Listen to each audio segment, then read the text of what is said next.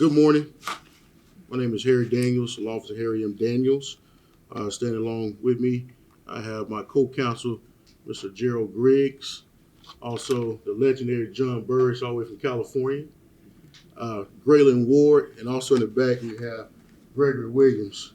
And standing off to my right, I have one of my newfound heroes, Mr. Benjy Taylor, and his wife, Mrs. Taylor. Today we filed a federal lawsuit on behalf of Coach Taylor, a lawsuit that was in the making on January 31st, 2026, when a mentor, coach, husband, father was publicly humiliated, embarrassed, put in chains for doing one thing, doing the right thing, protecting his players, protecting the institution, most important, following the rules. Make no mistake about it. This matter is not against anything against Tuskegee versus Morehouse.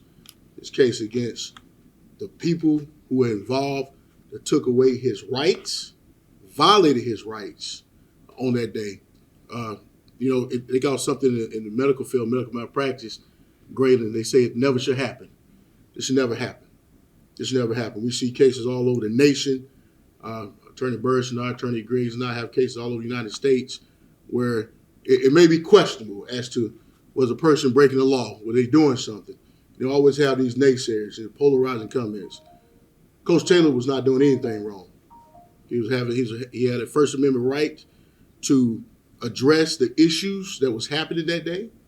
And what was happening was that during that game, some players, students from Morehouse College, and I think they might have been categorized as football players from Morehouse College, was on the baseline, toning players, pulling out belts as they're going to whoop them, using profanity towards his players, his staff, and some of the female managers that was on the bench.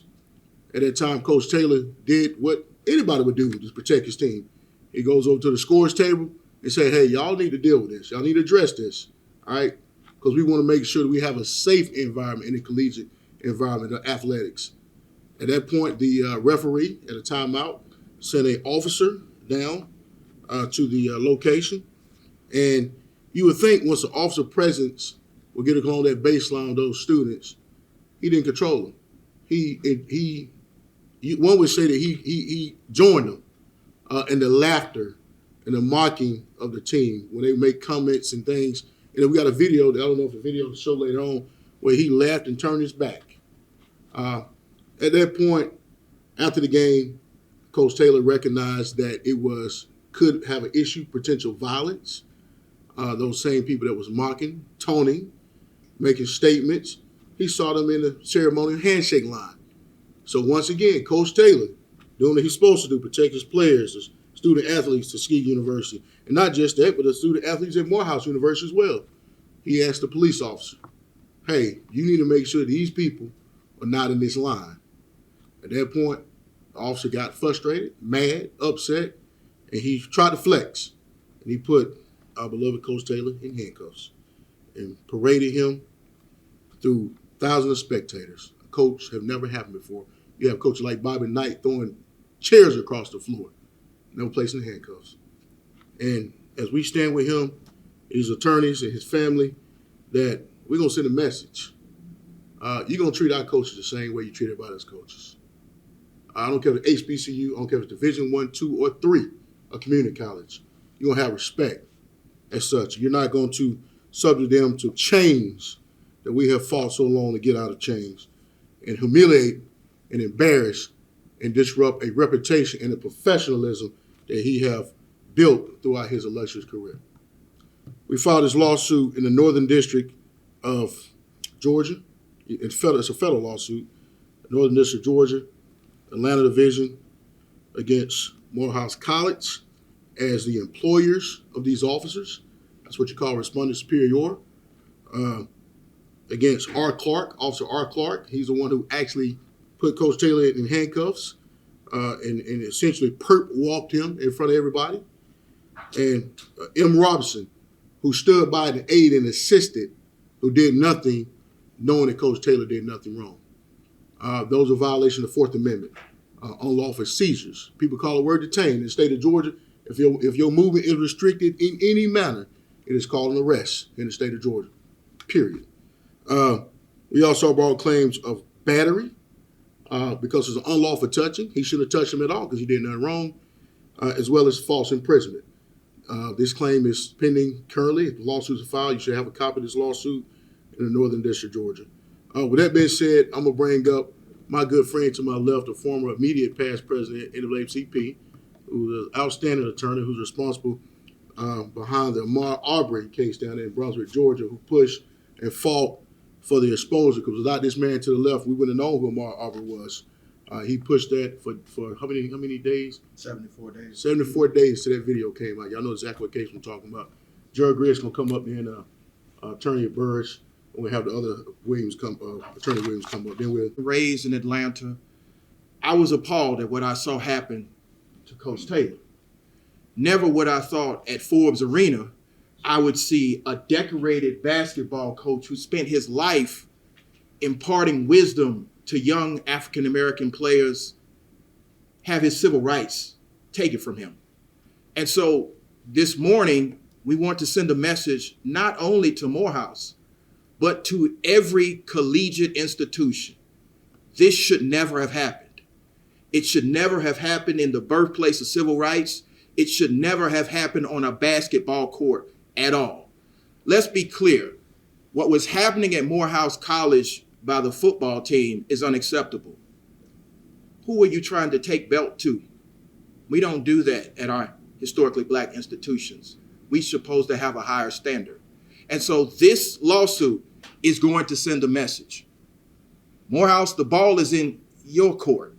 It's time to restore the good reputation, the name, and accept responsibility for what happened. Let's be clear. It should have never happened. You need to accept responsibility for what happened and make Coach Taylor whole. So I'm honored to stand with him, his family, all of his players, these illustrious attorneys. But make no mistake about it. In Georgia, we are about justice, and Morehouse, the ball is in your court.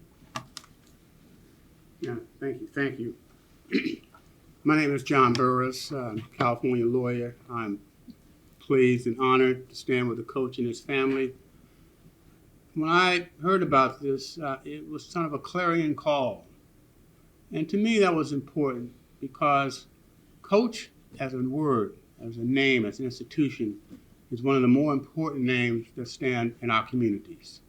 Because the coach, just the mere word of that, has a standing that allows for them to impart wisdom, direction, leadership, and really impact the lives of young people throughout wherever they happen to be. In this case, here at Tuskegee, but the impact of coaching is all throughout the country.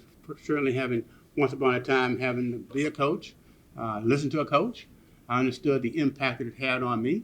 And as a mentor and teaching young men in the profession that I'm in, or as a mentor and as a lawyer, I understand the importance, the absolute importance of having a person of honor and integrity to impart wisdom to young people. In this case, this coach that image has been tarnished. It has been tarnished in ways that may never be recovered. At best we can do now is to say, we're not going to let it stand. It cannot stand. And even though what has happened, not letting it stand and saying hell no is extraordinarily important. And for me, it's important to send a message not only here to the four corners of this school or this neighborhood, but to the entire country, because there are black coaches everywhere. And they're in high schools, they're in community colleges, and those young people who are in those schools look up to their coach. And I'm going to tell you, having been involved in cases, there's nothing more humiliating. And I've been involved in maybe 1,000 police cases down through the years. And there's nothing more humiliating for a person to be handcuffed and paraded in front of other people when they have done nothing. Because you may not really appreciate it, but handcuffing is a particularly humiliating experience. If you committed a crime, it comes with the turf. If you committed no crime, then it's like it should not happen to you, because it's a sense of restriction of your freedom is what the Constitution really is saying should not happen unless there's probable cause or reasonable suspicion. None of those happened. This was an arbitrary decision by a young person who probably could not handle the moment that he was in, but at the same time, he is responsible, and so is the school, for causing the harm that happened from it, the violation of constitutional rights and all the rights that happened and that flow from that. Damages, though, is something that's difficult to measure. Damage is such that you can feel it, you can see it, but you know in your heart, I cannot do something now that I otherwise wouldn't be able to do but for this. What you also know is that people who thought about me one way today think about me differently now. And how do you get that back? And unfortunately for us as lawyers, the best we can do is to at least try to make the coach whole as best we can. He can never be totally whole, but it's also important for him and for us, and I always believe this as a lawyer, to stand up for the person who's been wronged. Because even though you may not get everything back that you're entitled to get, but you can at least let the people know that what you did, I'm not going to stand for it. You're not going to be able to get away with this. You're going to have to pay the price for it. So that's why we're here. We're here for standing by the coach. We're here standing by his family. And we're saying to everyone out there that this person has the utmost respect. And what you did in destroying that respect by the way in which you handled it cannot stand. And neither will we let it stand. Thank you. North Carolina attorney. I've known Benjy for over a decade. He's a friend of mine. When I saw this incident occur on January 31st, 2026, my first reaching out to him was as a friend. But I heard the pain in his voice. I heard the anguish and the distress that he and his wife was under. And I knew I had to transition from friend to counselor. We started talking about a plan to make this right. I reached out to attorney Harry Daniels, and here we find ourselves here today. Coach Taylor and I both grew up in southeastern North Carolina. There's two things consistent with southeastern North Carolina: the smell of salt water in the air and the sound of a basketball bouncing. Coach Taylor has made basketball his life's passion. That's how he feeds his family. That's why we're here today. He has a 35-year coaching career. We both play Division I basketball. In my years of playing ball, in his 35 years of coaching, in the entire history of college basketball, you've never seen a coach handcuffed and walked out on a court. It was an injustice. It should never have happened. Now we find ourselves opening weekend of March Madness.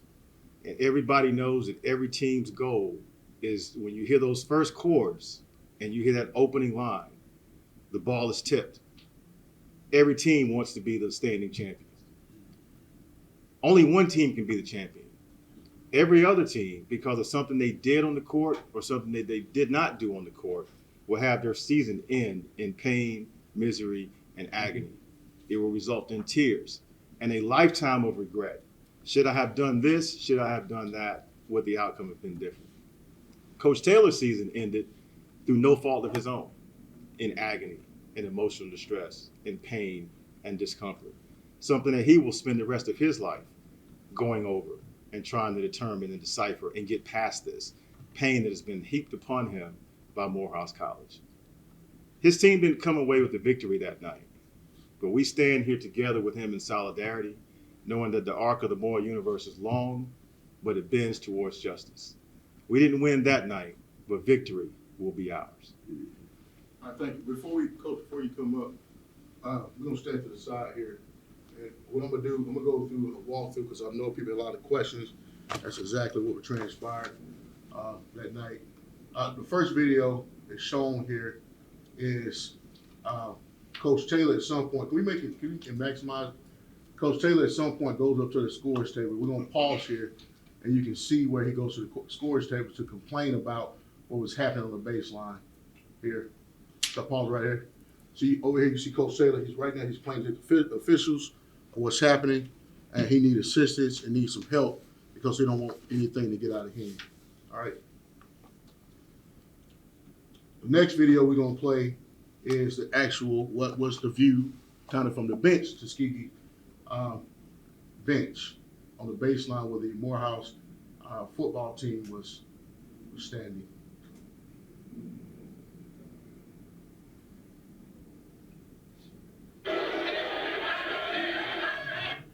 Stop right, go back for a second. Go back. Particularly make it larger. You can see here, we got it's the bench, Tuskegee's bench. You see the players along the baseline. At this point, the officer is sent a complaint. The officials had requested the officer go down here where the players are standing. Officer Clark is actually going to zoom in. He's standing right here. You can go ahead and play it.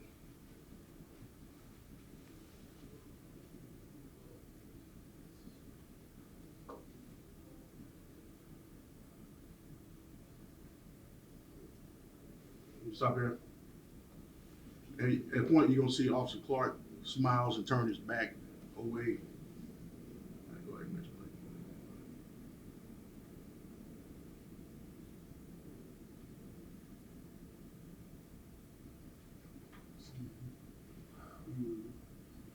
that. All right.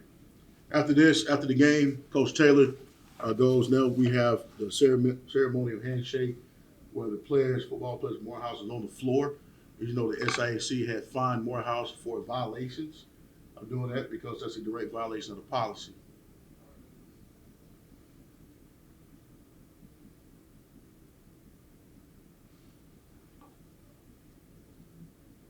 You see Coach Taylor now goes over.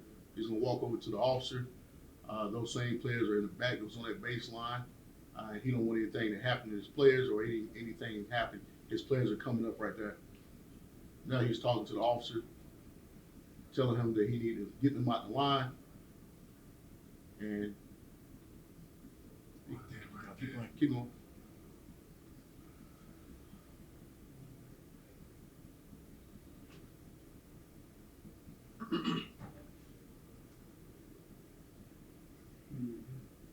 And you see Tuskegee basketball players going in one direction. That's the other officer there. That's Officer Roberson.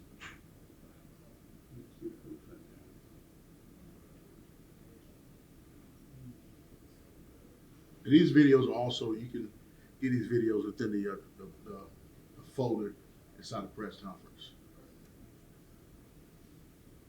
At this point, he's placed in handcuffs, taking in the opposite direction of his players. So he don't know what's happening to his players at all. He's taking the opposite direction. Let's go to the other video. Do we have any volume? Okay, let's play the volume on the last two. Go ahead. Good, Coach.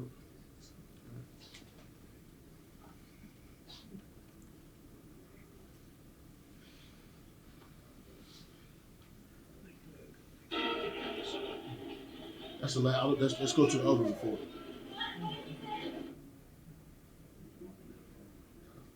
I believe at this point, we'll come back to this video. Coach Taylor's wife is filmed. Is that right? I'm gonna play his pants.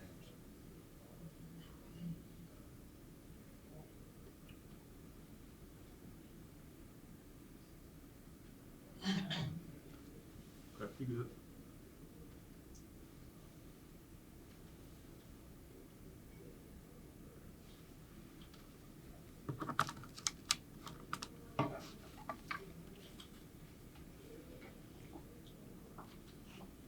If you can't find this, that's fine. You got it?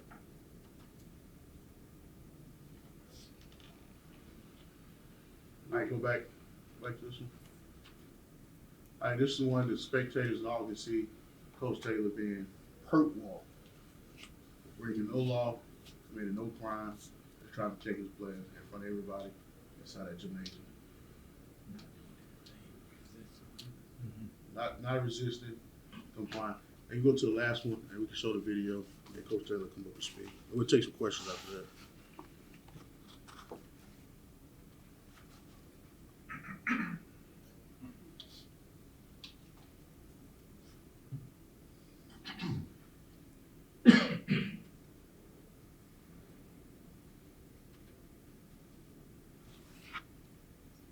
This is the back, going to the back side of the locker room.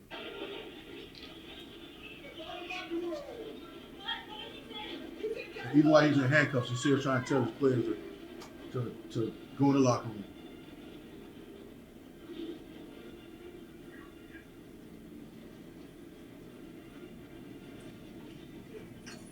I got you on video, man. It's hard to hang laughing and keep keeping with the They had been on the team there. Exactly. Yeah, the disrespect. Exactly. There's a difference between being a fan and being disrespectful. No.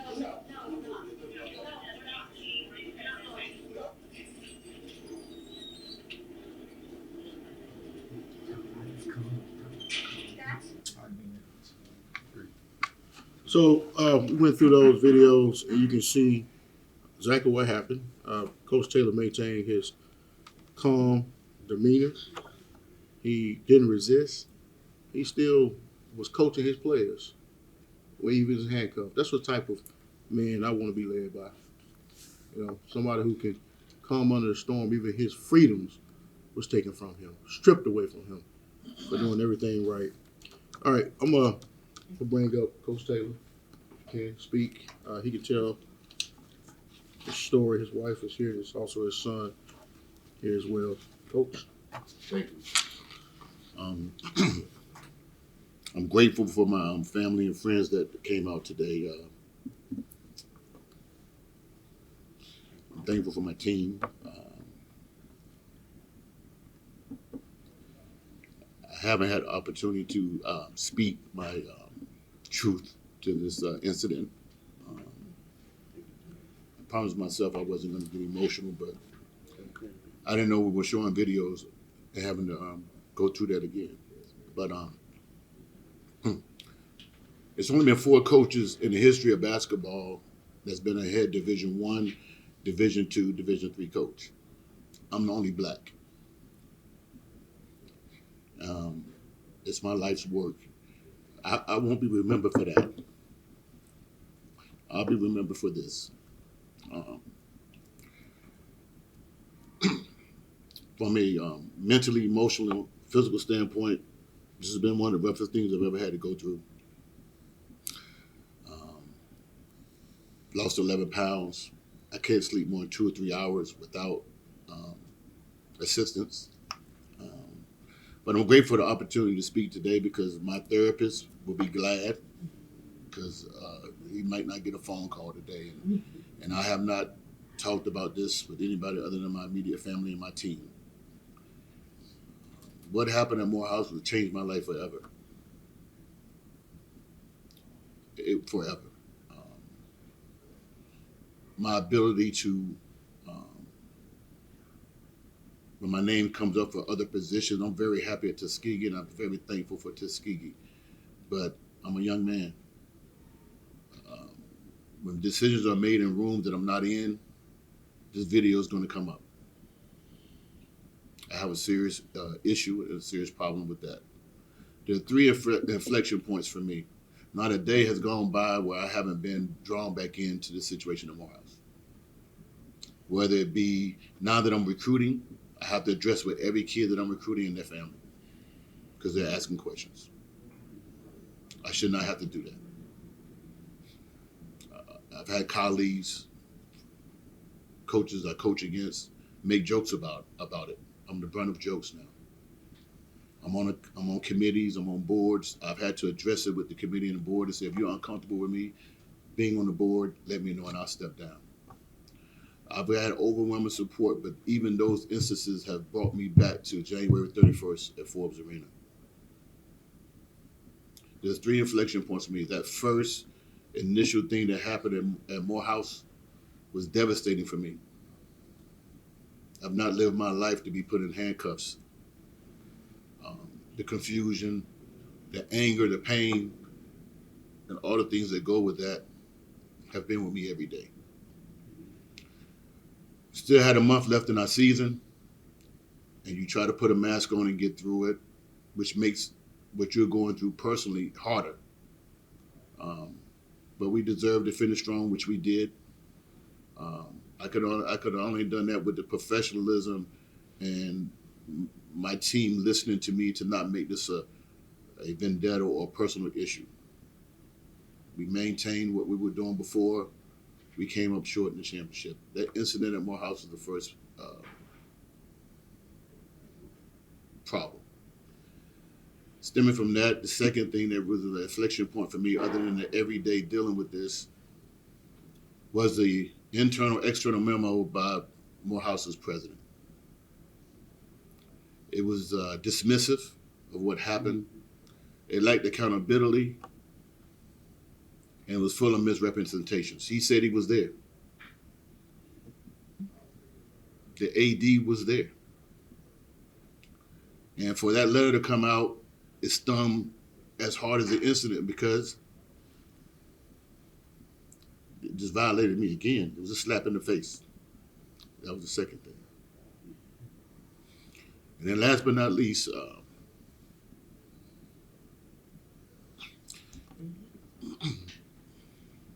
we're making it to the conference championship game.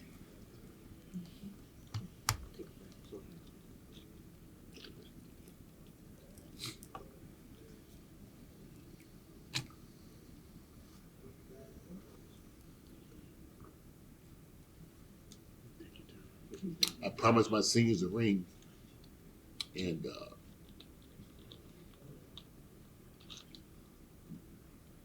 one of 15 teams to make it to the conference championship. We won this quarterfinal game by 17, the semifinal game by 17. We were playing good basketball. We're winning the game. It's immediate timeout. I'm in the huddle, and I see my team just kind of lose it. They're demonstrative. They're looking up at something. And me being a naive coach, I'm just trying to coach them. Hey, calm down, relax. We're okay. I thought they were complaining about the officials. I go back to my board. I look up again, and I look at a couple of my players, and they're leaning back against the chairs, and they're just staring up. First horn sound, we send them out. One thing about us is we're a family. We're very connected. We lost all our connectivity at that point. Just bewildered trying to figure it out, trying to make sure we can finish strong, get these guys a ring, get to the NCAA tournament. At halftime, AD Ruffin comes up to me. Vice President Ruffin, AD Ruffin comes up to me and says, "Coach, stay focused. You got this." And I kind of looked at him and said, "Coach," I said, "Coach, we've been here before. We're going to walk these guys down." He later tells me at that point he knew I didn't know. Mm-hmm. Finished the game. My wife is standing right there, and we're going to the locker room. She's visibly upset. I could tell she's been crying. She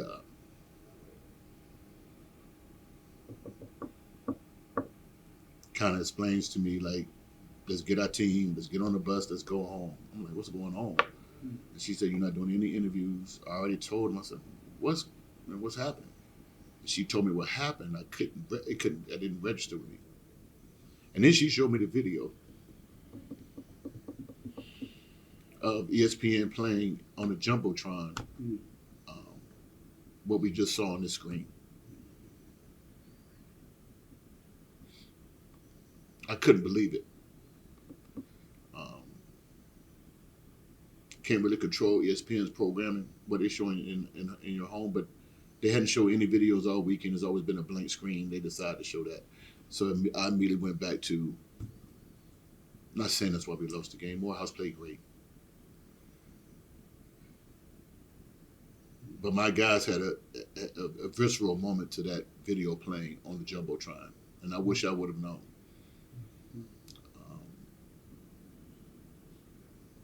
I say all that to say, I also saw the videos of their AD, their president, my president, Dr. Mark Brown, and AD Ruffin, over there really giving ESPN the business. I saw that. Didn't notice it during the game because I'm locked on 94/50 and my 14 players. But it didn't get lost with me that they were embarrassed, they were angered, they didn't expect it, they were confused. And I always think like, and they was like, take it down, why was it up? You go through that whole deal, and it's like, for that split moment that they're in that situation where they're feeling embarrassed for the university, embarrassed for me, and hurt and anger, I feel that every day times 20. Because they were on the screen. And I should have never been on the screen because the incident should have never happened. You know, leadership is what we do. And I am shocked and amazed that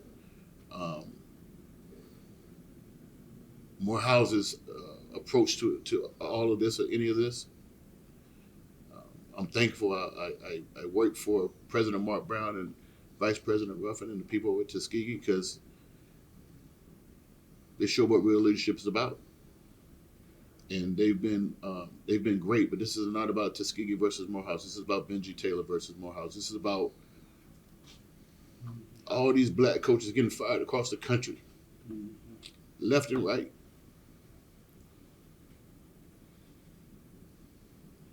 That could be me one day.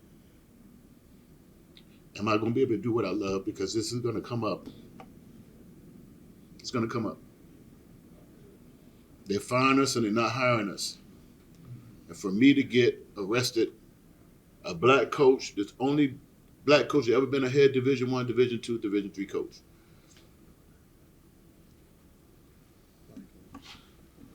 We're gonna do Houston right here.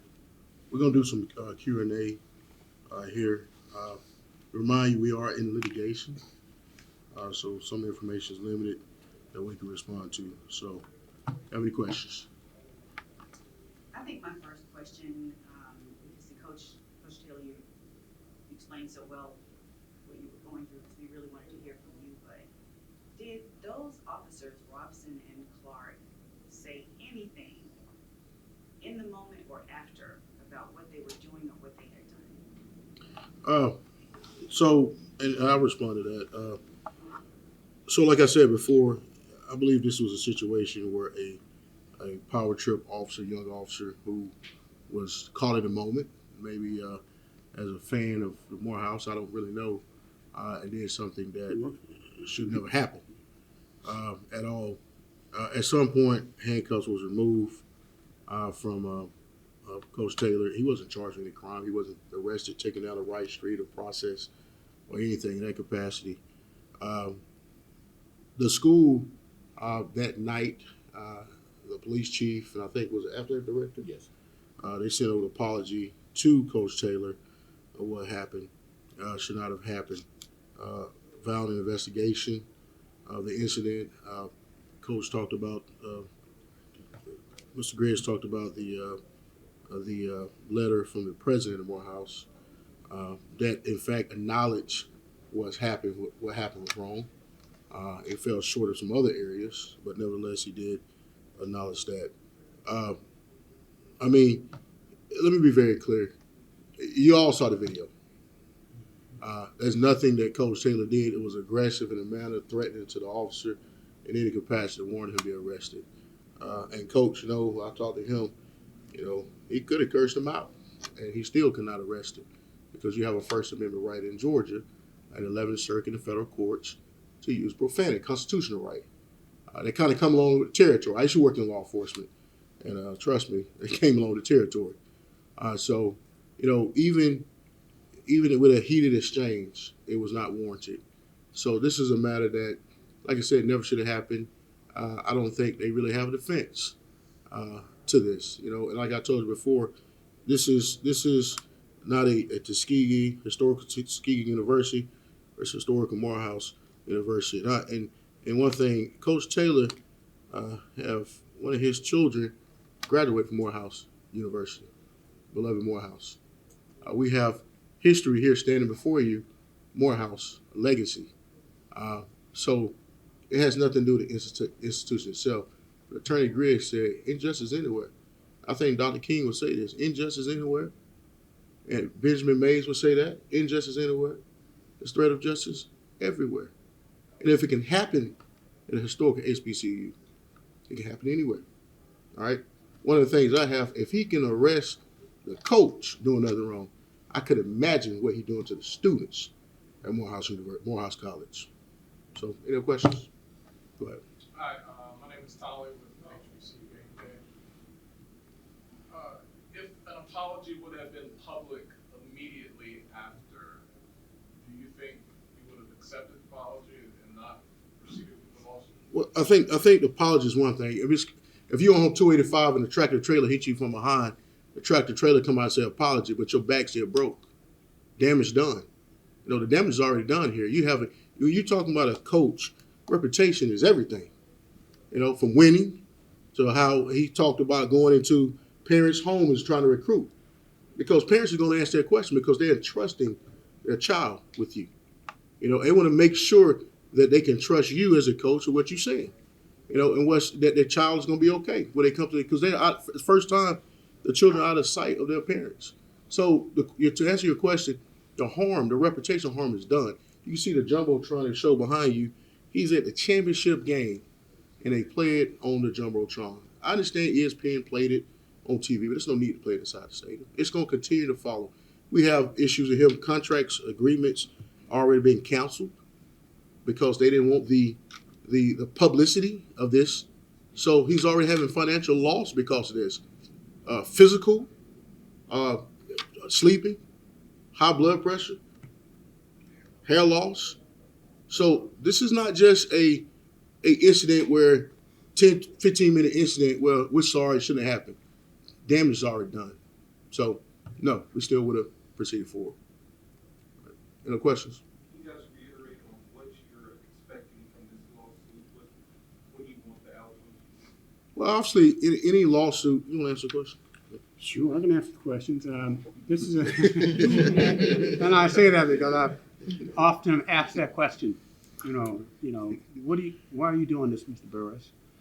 And I often say there's a couple things. One of which a harm has taken place, and so there must be some retribution for that harm. That frequently has come through financial damages.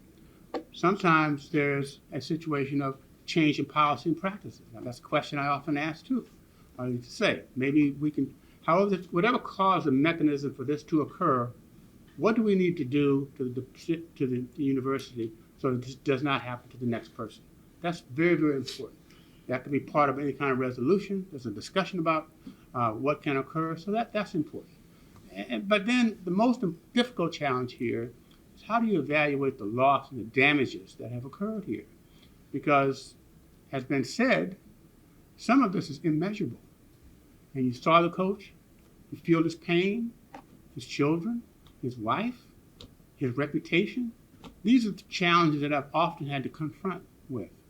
And depending on who that person is, there could be substantial damages, and that's a relative concept, I know. But we're not talking about nickels and dimes when we say it's substantial. But I see it as at least a couple ways of looking at it. Not only looking in terms of how do we rebuild if we can, and to some extent, you can rebuild a reputation partially because a lot of attention has been given. So to the extent attention has been given, we need attention coming back of a similar scope, broadness, breadth, so that as many people as who have heard it the first time, as many will see it when it is overly done. That won't necessarily change some things, but it will change a lot, because if you in fact have prevailed, at least you can show whoever is making decisions about you, this is what I did. As I said earlier, it's important to stick up for yourself and to let people know whatever they did to you, that's not something you're going to accept. And this is how you do it. We're not gladiators. We don't go out into the arena. We go into the courtroom, and we ultimately work it out from that point of view. But that's how I see some of the recoveries that can take place. Some of it's written, some of it's monetary. Any questions? Let me make sure. Did he apologize to you? Did that guy who put you in handcuffs apologize once you got into that weight room? No, ma'am. Is he still on the job? We're not aware of that. His boss, the chief of police, apologized through an email as Coach Taylor and his team was heading back to Tuskegee University through an email. I don't think they ever picked up the phone and called you. They call you? No, sir. and they sent a written email apologizing what happened. So the actual actor, we call him a tortfeasor, in the court of law, the actual tortfeasor did not apologize. Full clarification, these were campus security officers. They weren't contracted. These are police officers. They have police uniforms, police on them, guns, badges. These people are post certified through the Georgia Post Certified. And that's why this is a federal lawsuit, because when law enforcement officers violate your constitutional rights under a state color of law, then you bring those claims in federal. It's 1983. Morehouse is sued under Georgia torts under vicarious liability respondent superior. So these are police officers who have authority to arrest and prosecute. But they work directly for the campus. They have Morehouse's signatures on the uniform. Can you talk a little bit about what income opportunities or partnerships have been lost by Coach Taylor or have been yanked away from Coach Taylor? Well, Coach Taylor participates quite often in the HBCU connection to the NBA draft camp. So he's very beneficial to helping HBCU students at universities get to the next level, go to the NBA. And certain camps that he have been involved in, not just that camp, have pulled back some of their agreements that he's regularly attended in writing. I've seen them, that'll come out later, where they basically said that, Coach, we love you, we appreciate you, but we too much is right here. We don't want this. We want to focus, and it should be about the kids. Let's get clear. This whole thing is about the student-athlete safety. What he was doing is about student-athlete safety. So they want to ensure that his focus is on the players, the camps. And sometimes either good, bad, when you have press, it takes away from that. And this organization felt as though that what's happening would take away from that. And we understand, but it never should have happened. Coach Taylor should have been at that camp, working with those players that he's done so many times, but he has lost benefits. You're talking about even, recruiting or coaching or other opportunities. And like Coach said, it's a board discussion. Do we really, he's a great coach, but, we have this to deal with because at the end of the day, as you know, the competitive nature of college basketball with the NILs and players moving around, you don't want to add additional additive where, players say, hey, I don't know if I want to come there. There's other things going on. Because he like I said, he's a coach of the year. It's the conference coach of the year. All these games he won, nobody's talking about that. They talking about him getting pert walk at Morehouse College. That's all they talking about. That's all they talking about. No matter what he's done, that's what the conversation about. Even in conversations with his colleagues and going to games and other coaches telling the officials, don't give the criminal more calls. Those things are happening. It's real. It's happening. And it happened because of what happened that day. Right? I don't think you can underestimate the loss that occurs when you go into a kid's house and you got to talk to the mom or the dad or just the mom, and they're going to ask you questions about what is taking place. And they may smile, and they may say, I see you, Coach. I understand, Coach. But the kid goes somewhere else. And those are the kind of damages that are most hurtful to the reputation. That's probably more as painful as anything can be to the coach. It's the loss of his credibility through the reputation without having said a word. That's the damage part. Morehouse was fined by SIAC, right? Is anyone paying attention to that? Well, obviously it doesn't make up for everything, but this is probably not. But I mean, like, if someone is doubting the coach's reputation or doubting the fact that he did something, that what he did was correct, they can see, his parents can see. I know this doesn't have anything to do with the lawsuit, but parents can see that the school said they were wrong. I mean, what you got an impression seared in your mind, you can see it and say, well, they was vindicated, but you always gonna have people think otherwise. And the court of public opinion is very tough. You can person be found not guilty, exonerated, innocent. We've had clients who recently we represent that was Leonard Cure, who was in prison for 16 years in the state of Florida, deemed innocent. The of people still saying he was guilty. He wasn't nowhere near the incident. But the fact that he was in jail, prison for 16 years, in their mind, he did it. That's just nature. That's human nature for a lot of people. So I understand that's a smart person, an intelligent person that you talking about. They can obviously see nothing happen here. The SIAC did in fact, and that's very interesting to bring that up because that's when the president of Morehouse responded. He responded when the SIAC rendered down a violation and fine. So it was a substantial gap in time before Morehouse officials responded and apologized. And in fact, I don't think the president actually apologized. He said an apology was made by the chief of police or officials. You know, you the president. And like I said, we're not going to make this about Morehouse and Tuskegee. We know those people over there. We like to think they're good people, great people. But at the end of the day, this is what happened. This is what's before us. Any more questions? Go ahead. Was there a measurable impact on players on the team after this incident? I mean, not just measurable impact on the players. There's other video where the players are very upset. Parents, the football players are kids talking to grown-ups, disrespectful. You know, I have a daughter that's in HBCU, North Carolina A&T, and if I saw that, Daddy would come to have a conversation with her because we don't teach that. We don't teach that. You know, you be respectful. But these kids were disrespectful to the parents. I almost want to fight parents.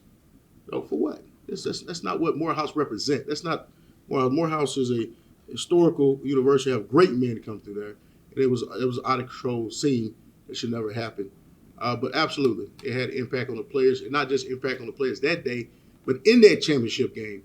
And I think we kind of streamed it here that the players are visually upset. You know, that now you re-trigger this emotion.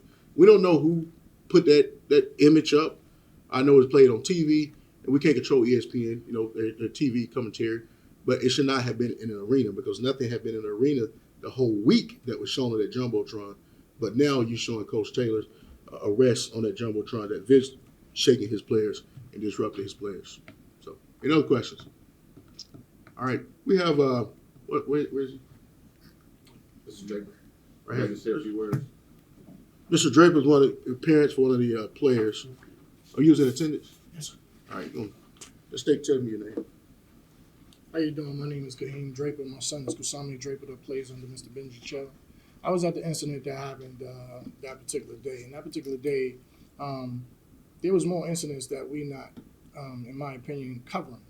After Mr. Taylor was carried off in handcuffs into the back room, the team came back out. And there was a confrontation with those same gentlemen that we're talking about, the young men that was on the baseline. And all of the time that I've been a parent that have been to basketball games, we're talking about 20 plus years. I've coached as well on a high school level and in the semi-pro level. And I've never seen the group of kids on the baseline at a college game. On the baseline. If this is the baseline, they're standing on the baseline. You're supposed to be in the stands on the bleachers. So this incident led to what could have been a riot. At the end of the day, it was a situation where the team came back out because their leader, our coach, Benjy Taylor, was hauled off in cuffs to the back. So the kids came out to see, hey, what's going on with my leader? What's going on with my coach? Me as a parent, I was there with my mother. So I had to leave my mother to come down almost to the baseline, to the floor, to try to secure the safety of my own son because of the incident escalated after he was taken to the back, where the football team and the basketball team was almost into confrontation. All while all the leaders of Morehouse were in the building because they were doing a special for some of the previous students that was there. They were giving awards out at halftime and acknowledging other people. So there was the SIAC people were there, Morehouse people was there, and our people was there as far as leadership was concerned. And nothing was done. This officer was able to take it upon himself to be cavalier and put our coach in handcuffs when all he was trying to do was to try to prevent an incident that almost happened, even though they took him in the back. You had mothers of some of the players having to run out to the floor to try to protect their son and try to get our guys back into the back. That should never happen at a collegiate basketball game. We come in here to support our university and see good sportsmanship. That was outside of the spectrum and the scope of good sportsmanship. That was outside of the spectrum of good leadership. That was outside of all spectrums of safety. So yes, did it affect my son? Absolutely. I shouldn't have to have had a conversation with my son or my mother, his grandmother, who's there to see her grandson play and leave in an orderly fashion there to be safety, to have to potentially have a situation where there is chaos. It should never be chaos at a collegiate basketball game, let alone at a historic HBCU where two well-known Tuskegee University and Morehouse University having this type of, because it had nothing to do with Coach Benjy Taylor, but it became all about Coach Benjy Taylor. And then, yes, I was at the championship game.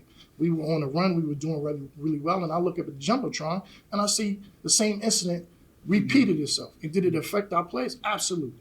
Absolutely. Because we were on a run and guys, emotionally, you know how young men, not every young man or every person deals with adversity in the same kind of way.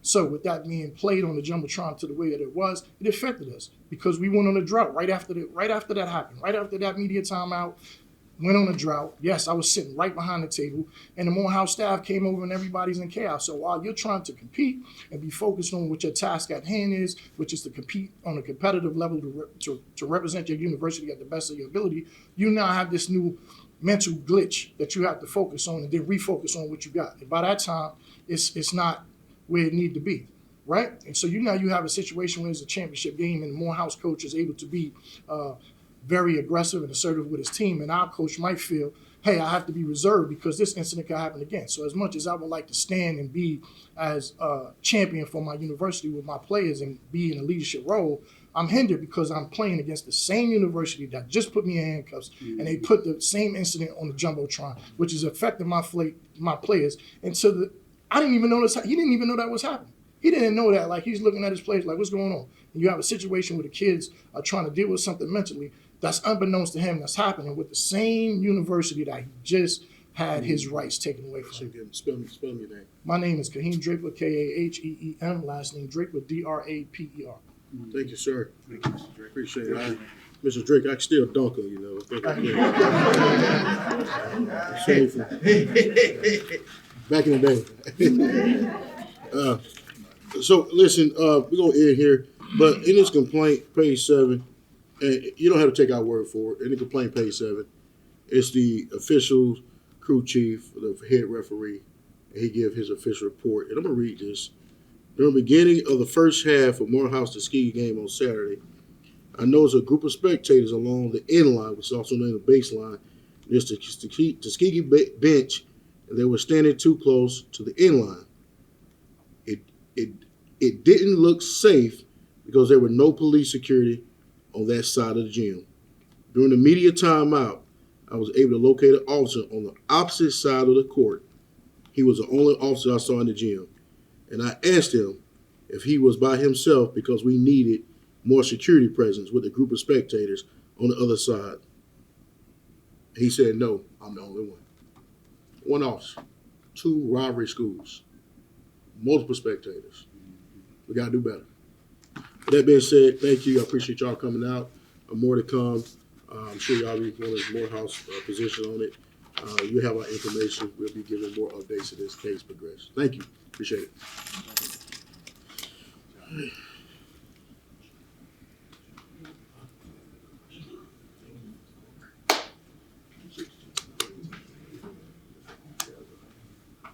Good job.